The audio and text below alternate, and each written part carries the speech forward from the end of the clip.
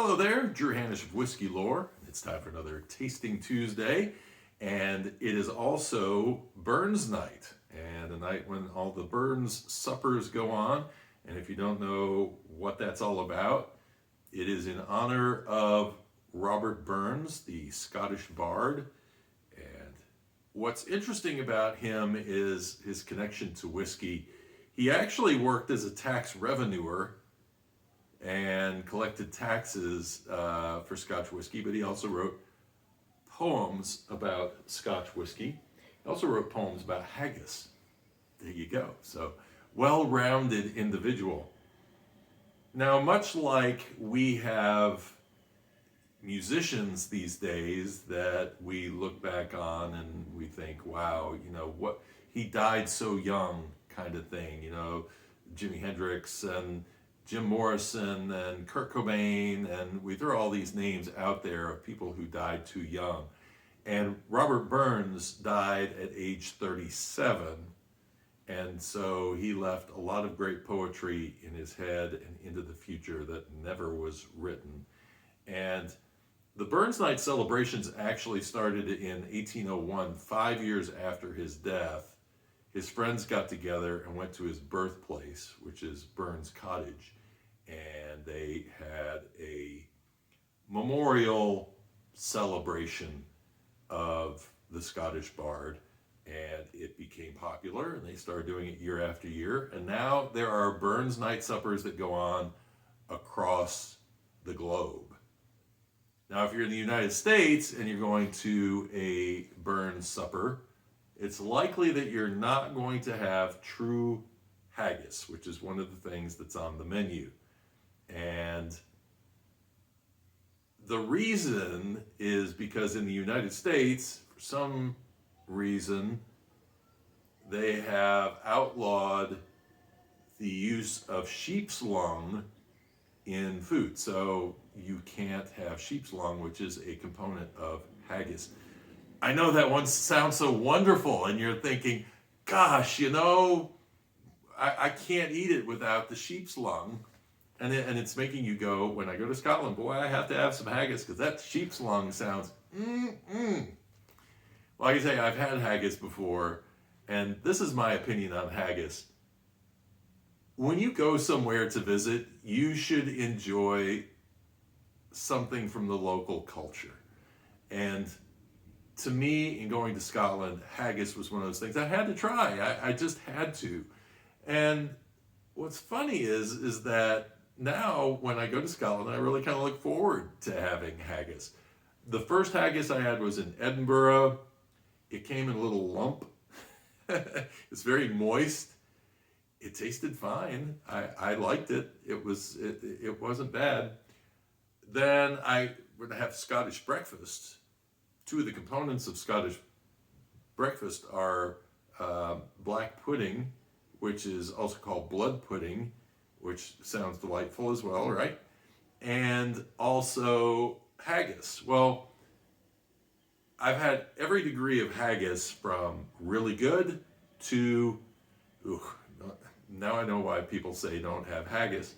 Having lived in Philadelphia for a while, there's something they're called scrapple. Scrapple, I don't think scrapple is an acquired taste. Honestly, I think if somebody ate scrapple without knowing what it was, they would love it. Because if you like corn and you like pork, it's basically the two mixed together. It's just what they're using in terms of the pork, the different parts of the pig that they're using that they don't use for anything else, and then they grind it up and they get it with the cornmeal, and then you fry it up into, usually I just do it in little blocks, you know, and serve it with eggs or whatever. It's like having sausage or something like that. It's really, really, really good. Sorry, the sun decided to pop out all of a sudden. So to me, it's like I fell in love with scrapple, and I enjoy scrapple, and I just don't think about what the heck it is I'm eating, and I guess I just have that tolerance. I'm the same way with haggis. I just put up with it. It tastes good enough when it's right that I don't really think about what I'm eating. Same with blood pudding. It's just one of those things that with blood pudding, it's more probably of a texture thing that can be a little off-putting for people. It can be kind of mealy a little bit sometimes. So, all right. So the reason why I chose Glen Scotia for Burns Night is because there was a poem that was written by Robert Burns about a woman named Mary Campbell. And this was a love interest, so much of a love interest apparently, that the two of them, Mary Campbell and Robert Burns, had talked about running off to Jamaica together, and they had actually picked a place to meet. But Robert Burns' first book of poetry got published and became very successful, and I don't know if it just slipped his mind or what, but for some reason he didn't go meet her, and apparently she went to meet him, but he never showed up. And so he talks glowingly about her and even wrote a poem about her, but unfortunately the relationship never really happened after that. Mary Campbell is from Campbeltown, and so that is my connection. Glen Scotia, she is called Highland Mary, and Glen Scotia used to be in the Highlands when there wasn't a Campbeltown region, and now there's a Campbeltown region, so now it's part of the Campbeltown region. Okay, so that is, next year, I promise you next year on Whiskey Lore, I'm going to have a guest come in who's going to talk about Burns Night and help you understand the whole celebration and everything. Was planning on doing that this year, but just didn't work out with timing. You can't plan that out like 2 weeks before Burns Night because people are busy planning Burns Nights at that point. Now, this is a very interesting whiskey because we talk about peated whiskeys and you think about the Laphroaigs and the Lagavulins and the Ardbegs and the Bruichlades, Octomores, they all have a certain character to them. Campbeltown was known for having a particular character in its peated whiskeys.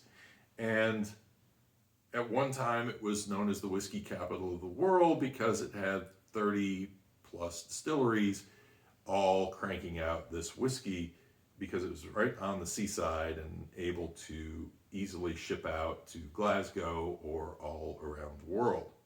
And then it died down, and then it was down to just 2 distilleries, and now it's gone back to 3 distilleries at this point.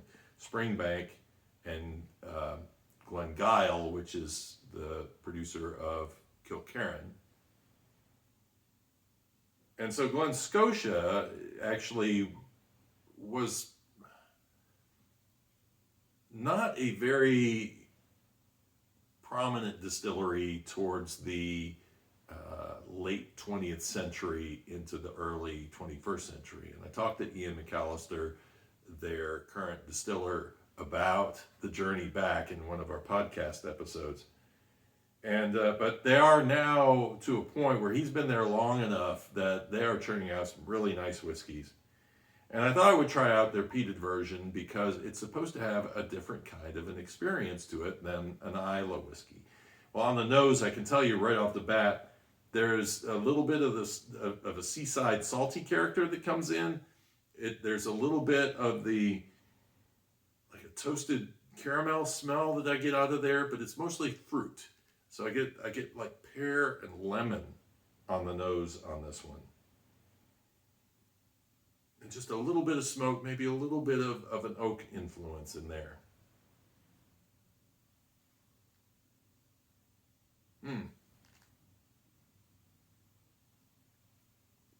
On the palate, it's nice and milky.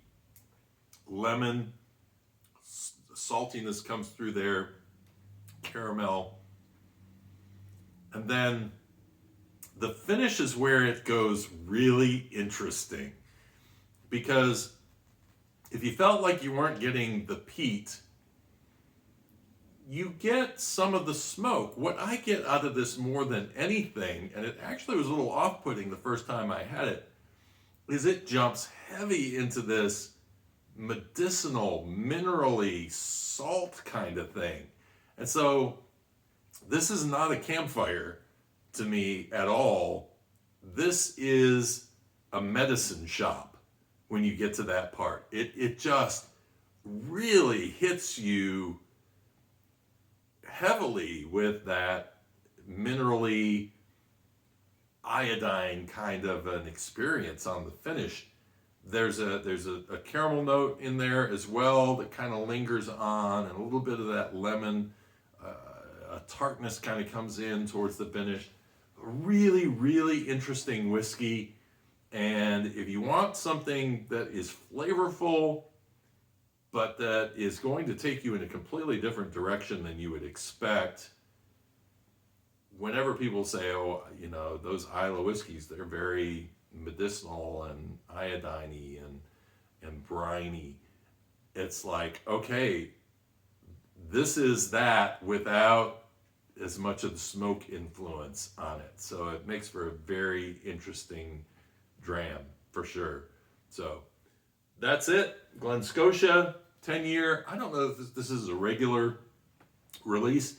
It is 46% alcohol. It is non-chill filtered. I would say by that color, there's no colorant in there whatsoever. And a really fascinating whiskey, especially for peated fans that want to try something that's a little bit different. Maybe this is the Campbeltown flavor. Maybe I need to get some Springbank and do some tasting on it and see if that same note is in there, because it's a very unique character to this. Well, happy Rabbi Burns Day. Enjoy your burn supper, and until next time, cheers and slán Javad.